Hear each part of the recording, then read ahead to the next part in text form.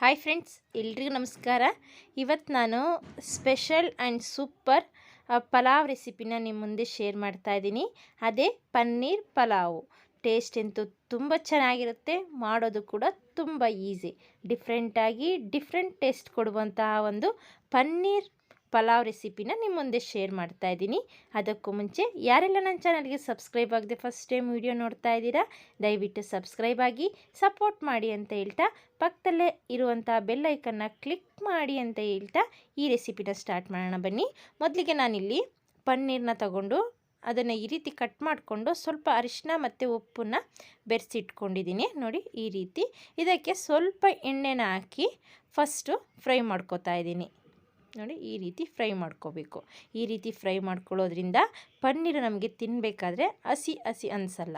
ಹಾಗಾಗಿ ಫಸ್ಟಿಗೆ ಈ ರೀತಿ ನಾವು ಪನ್ನೀರನ್ನ ಸ್ವಲ್ಪ ಎಣ್ಣೆಲೆ ರೋಸ್ಟ್ ಮಾಡ್ಕೋಬೇಕಾಗತ್ತೆ. ನೋಡಿ, ಈ ರೀತಿ ರೋಸ್ಟ್ ಮಾಡ್ಕೊಳ್ಳಿ. ನಂತರ ಈ ಕಡೆ ಒಂದು ಕುಕ್ಕರ್ ತಗೊಂಡಿದ್ದೀನಿ. ನೋಡಿ, ಈ ರೀತಿ ಫ್ರೈ ಮಾಡಿ ಇಟ್ಕೊಳ್ಳಿ. ಸ್ವಲ್ಪ ಎಣ್ಣೆಯಲ್ಲೇ ಫ್ರೈ ಮಾಡೋದ್ರಿಂದ ಟೇಸ್ಟ್ ಚೆನ್ನಾಗಿರುತ್ತೆ. ಒಂದು ಕುಕ್ಕರಿಗೆ ಸ್ವಲ್ಪ ಎಣ್ಣೆ ಮತ್ತು ತುಪ್ಪನ ಸೇರಿಸಿದ್ದೀನಿ. ಎಣ್ಣೆ ತುಪ್ಪ ಬಿಸಿ ಆದಮೇಲೆ ಪಲಾವ್ ಎಲೆ, ಚಕ್ಕೆ, ಲವಂಗ, 2 ಏಲಕ್ಕಿನ ಸೇರಿಸಿ ಸ್ವಲ್ಪ ಫ್ಲೇವರ್ ಬರೋವರೆಗೂ ಹುರ್ಕೋತಾ ಇದ್ದೀನಿ. ಸಿಂಪಲ್ಲು ಬಟ್ ಟೇಸ್ಟ್ ಅಂತೂ ಸೂಪರು. ಇವಾಗ ಇದು ಸ್ವಲ್ಪ ಫ್ಲೇವರು ಬಿಟ್ಟ ಮೇಲೆ ನಾನು ಇದಕ್ಕೆ ಹಸಿರು ಮೆಣಸಿನ್ಕಾಯಿ ಒಂದು 2ರಿಂದ 3 ಈರುಳ್ಳಿನ ಸೇರಿಸ್ತಾ ಇದ್ದೀನಿ. ಹಸಿರು ಮೆಣಸಿನ್ಕಾಯಿನ ಇಲ್ಲಿ ಕಡಿಮೆ ಯೂಸ್ ಮಾಡ್ತಾ ಇದ್ದೀನಿ, ಯಾಕಂತಂದರೆ ನಾನಿಲ್ಲಿ ರೆಡ್ ಚಿಲ್ಲಿ ಪೌಡರ್ನ ಯೂಸ್ ಮಾಡ್ತೀನಿ. ಹಾಗಾಗಿ ಇಷ್ಟ ಆದಮೇಲೆ ಈರುಳ್ಳಿ ಚೆನ್ನಾಗಿ ಸ್ವಲ್ಪ ಫ್ರೈ ಆಗಲಿ.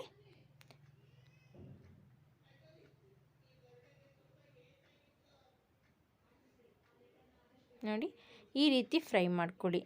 ತುಂಬ ಬೇಯಬೇಕು ಅಂತ ಏನಿಲ್ಲ, ಜಸ್ಟ್ ಒಂದು 30 ಸೆಕೆಂಡ್ಸ್ ಬೇಯಿಸ್ಕೊಂಡ್ರೆ ಸಾಕು. ಇವಾಗ ನಾನು ಇದಕ್ಕೆ ಕರಿಬೇವನ್ನ ಸೇರಿಸ್ತಾ ಇದ್ದೀನಿ. ಹಾಗೆಯೇ ಕರಿಬೇವು ಸೇರಿಸಿ ಒಂದು 2 ನಿಮಿಷ ಈ ರೀತಿ ಫ್ರೈ ಮಾಡ್ಕೊಳ್ಳೋಣ.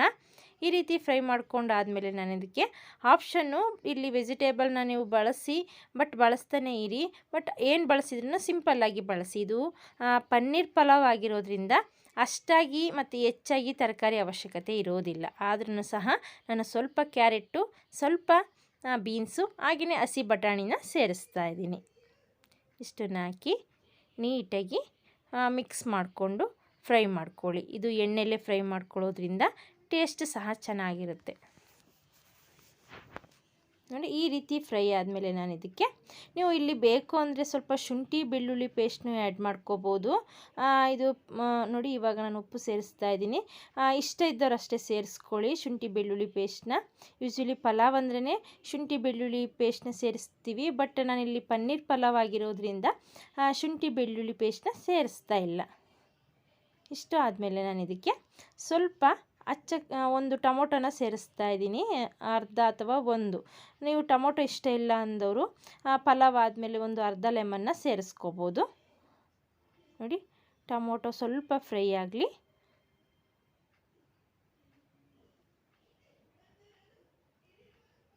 ಇವಾಗ ಇದು ಫ್ರೈ ಆಗಿದೆ.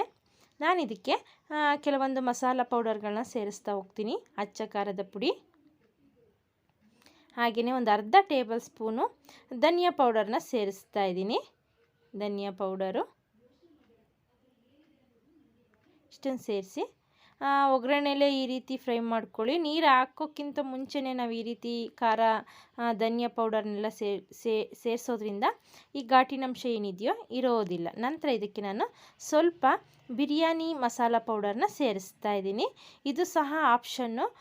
ಬಿರಿಯಾನಿ ಮಸಾಲ ಪೌಡ್ರ್ ಇಲ್ಲ ಅಂದ್ರೂ ಸಹ ನಾವು ಚೆನ್ನಾಗಿ ಮಾಡ್ಕೋಬೋದು, ಬಟ್ ಇದನ್ನು ಸೇರಿಸೋದ್ರಿಂದ ಫ್ಲೇವರು ತುಂಬ ಚೆನ್ನಾಗಿ ಬರುತ್ತೆ. ಹಾಗೆಯೇ ತಿನ್ನೋಕ್ಕೂ ಸ್ವಲ್ಪ ಸ್ಪೈಸಿ ಅನಿಸುತ್ತೆ. ಹಾಗಾಗಿ ನಾನು ಬಿರಿಯಾನಿ ಮಸಾಲ ಪೌಡರ್ನ ಸೇರಿಸ್ತಾ ಇದ್ದೀನಿ.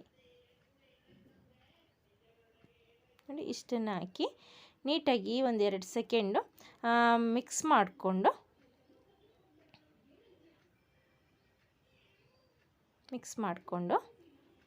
ನೋಡಿ, ಈ ರೀತಿ ಆಗಬೇಕು. ಇವಾಗ ನಾನು ನೀರನ್ನ ಸೇರಿಸ್ತಾ ಇದ್ದೀನಿ. ಯೂಶ್ವಲಿ 1 ಕಪ್ ಅಕ್ಕಿಗೆ 2 ಲೋಟ ನೀರನ್ನ ಸೇರಿಸ್ಕೊಳ್ಳಿ. ನಾನಿಲ್ಲಿ 2 ಕಪ್ ನೀರನ್ನ ಸೇರಿಸ್ತಾ ಇದ್ದೀನಿ. ನೀರು ಚೆನ್ನಾಗಿ ಕುದಿಬೇಕು. ಮತ್ತು ಇಲ್ಲಿ ಉಪ್ಪು ಸ್ವಲ್ಪ ಏನಾದರೂ ಖಾರ ಕಡಿಮೆ ಅನಿಸಿದರೆ ನೀವು ಸ್ವಲ್ಪ ಸೇರಿಸ್ಕೋಬೋದು. ನೋಡಿ, ಇಷ್ಟಾದಮೇಲೆ ನಾನು ಇದಕ್ಕೆ ಸ್ವಲ್ಪ ಉಪ್ಪನ್ನು ಸೇರಿಸ್ತಾ ಇದ್ದೀನಿ.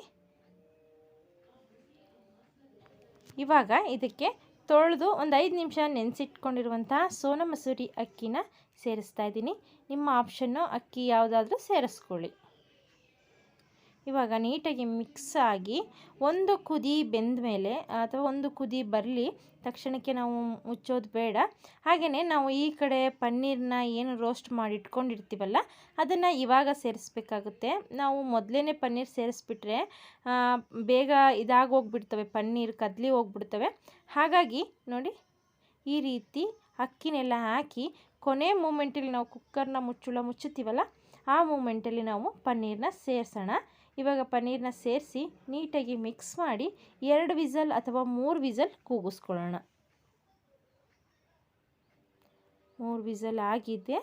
3 ವಿಸಲ್ ಆದಮೇಲೆ ನಾವು ಇದು ತಣ್ಣಗಾದಮೇಲೆ ತೆಗೆದು ನೋಡಿದ್ರೆ ನಮಗೆ ಪನ್ನೀರ್ ಪಲಾವು ಸೂಪರಾಗಿ ರೆಡಿಯಾಗುತ್ತೆ. ನೋಡಿ ಎಷ್ಟು ಚೆನ್ನಾಗಿ ರೆಡಿಯಾಗಿತ್ತು ಅಂದರೆ ಟೇಸ್ಟ್ ಅಂತೂ ನಾವು ಹೋಟೆಲಲ್ಲಿ ತಿಂತೀವಲ್ಲ ಅದೇ ರೀತಿ ಇತ್ತು. ನೋಡಿ ಪನ್ನೀರೆಲ್ಲ ಎಷ್ಟು ಚೆನ್ನಾಗಿ ಕಾಣಿಸ್ತಿದೆ ಅಂದರೆ ತಿನ್ನಬೇಕಾದ್ರೂ ಸಹ ತುಂಬ ಟೇಸ್ಟ್ ಕೊಡುತ್ತೆ. ಈ ರೀತಿ ಪನ್ನೀರನ್ನ ನಾವು ಮೊದಲೇ ರೋಸ್ಟ್ ಮಾಡಿ ಹಾಕ್ಕೊಳ್ಳೋದ್ರಿಂದ. ಹಾಗಾಗಿ ಫಸ್ಟಿಗೆ ಈ ರೀತಿ ರೋಸ್ಟ್ ಮಾಡಿಕೊಂಡು ಕೊನೆಯಲ್ಲಿ ಅಕ್ಕಿ ಸೇರಿಸಿದ ಮೇಲೆ ಈ ರೀತಿ ಪನ್ನೀರನ್ನ ಸೇರಿಸೋದ್ರಿಂದ ಪಲಾವು ತುಂಬ ಚೆನ್ನಾಗಿ ಬರುತ್ತೆ. ನೋಡಿ ಎಷ್ಟು ಚೆನ್ನಾಗಿ ಬಂದಿದೆ ಅಂತ. ಇವಾಗ ನಾನು ಸ್ವಲ್ಪ ಕೊತ್ತಂಬರಿ ಸೇರಿಸ್ತಾ ಇದ್ದೀನಿ. ಹಾಗೆಯೇ ನಿಮಗೆ ಇಷ್ಟ ಇದ್ದವರು ಮೇಲೆ 1 ಟೇಬಲ್ ಸ್ಪೂನು ತುಪ್ಪವನ್ನು ಸಹ ಸೇರಿಸ್ಕೋಬೋದು. ನೋಡಿ, ನೀಟಾಗಿ ಮಿಕ್ಸ್ ಮಾಡಿಕೊಂಡ್ರೆ ನಮಗೆ ಪನ್ನೀರ್ ಪಲಾವು ಬೆಳಗಿನ ಬ್ರೇಕ್ಫಾಸ್ಟಾಗಿ ಅಥವಾ ದಿಢೀರಾಗಿ ತಿನ್ನಬೇಕು ಅಂದಾಗ ಈ ರೆಸಿಪಿನ ತುಂಬ ಚೆನ್ನಾಗಿ ಮಾಡ್ಕೋಬೋದು. ಇದು ತುಂಬ ಬಿಸಿ ಇದ್ದಾಗಲೇ ತಿಂದರೆ ಅಂತೂ ಟೇಸ್ಟ್ ತುಂಬ ಚೆನ್ನಾಗಿರುತ್ತೆ. ನೋಡಿ ಎಷ್ಟು ಚೆನ್ನಾಗಿ ಬಂದಿದೆ. ಇದಕ್ಕೆ ನೀವು ಚಟ್ನಿನಾದರೂ ಮಾಡ್ಕೋಬೋದು ಅಥವಾ ಸಾಗು ರೀತಿ ಏನಾದರೂ ಮಾಡ್ಕೋಬೋದು ಅಥವಾ ಮೊಸರು ಅಥವಾ ತುಪ್ಪ ಬೆಣ್ಣೆ ಯಾವುದಾದ್ರೂ ಯೂಸ್ ಮಾಡ್ಕೊಂಡು ತಿನ್ಬೋದು. ಸಿಂಪಲ್ಲಾಗಿ ನಾವು ಮನೆಯಲ್ಲೇ ಪನ್ನೀರನ್ನ ತಂದು ಯಾವ ರೀತಿ ಪನ್ನೀರು ಬಳಸಿ ಅಥವಾ ಯಾವ ಮೆಥಡಲ್ಲಿ ಪನ್ನೀರನ್ನ ಬಳಸಿ ಪಲಾವ್ನ ಮಾಡಿಕೊಂಡ್ರೆ ತುಂಬ ಚೆನ್ನಾಗಿರುತ್ತೆ ಅನ್ನೋದನ್ನು ನಿಮ್ಮ ಮುಂದೆ ಶೇರ್ ಮಾಡಿದ್ದೀನಿ. ಇಷ್ಟ ಆದರೆ ಒಂದು ಲೈಕ್ ಕೊಡೋದನ್ನು ಮರಿಬೇಡಿ. ಯಾರೆಲ್ಲ ನನ್ನ ಚಾನಲ್ಗೆ ಸಬ್ಸ್ಕ್ರೈಬ್ ಆಗದೆ ಫಸ್ಟ್ ಟೈಮ್ ವಿಡಿಯೋ ನೋಡ್ತಾ ಇದ್ದೀರಾ, ದಯವಿಟ್ಟು ಸಬ್ಸ್ಕ್ರೈಬ್ ಆಗಿ ಹಾಗೆ ಪಕ್ಕದಲ್ಲೇ ಇರುವಂತಹ ಬೆಲ್ಲೈಕನ್ನ ಕ್ಲಿಕ್ ಮಾಡಿ ಅಂತ ಹೇಳ್ತಾ, ಇಷ್ಟ ಆದಲ್ಲಿ ನಿಮ್ಮ ಫ್ಯಾಮಿಲಿ ಫ್ರೆಂಡ್ಸ್ಗೆ ಶೇರ್ ಮಾಡಿ ಅಂತ ಹೇಳ್ತಾ ಮುಂದಿನ ಹೊಸ ವಿಡಿಯೋದೊಂದಿಗೆ ನಿಮ್ಮನ್ನು ಭೇಟಿ ಮಾಡ್ತೀನಿ. Thank you so much.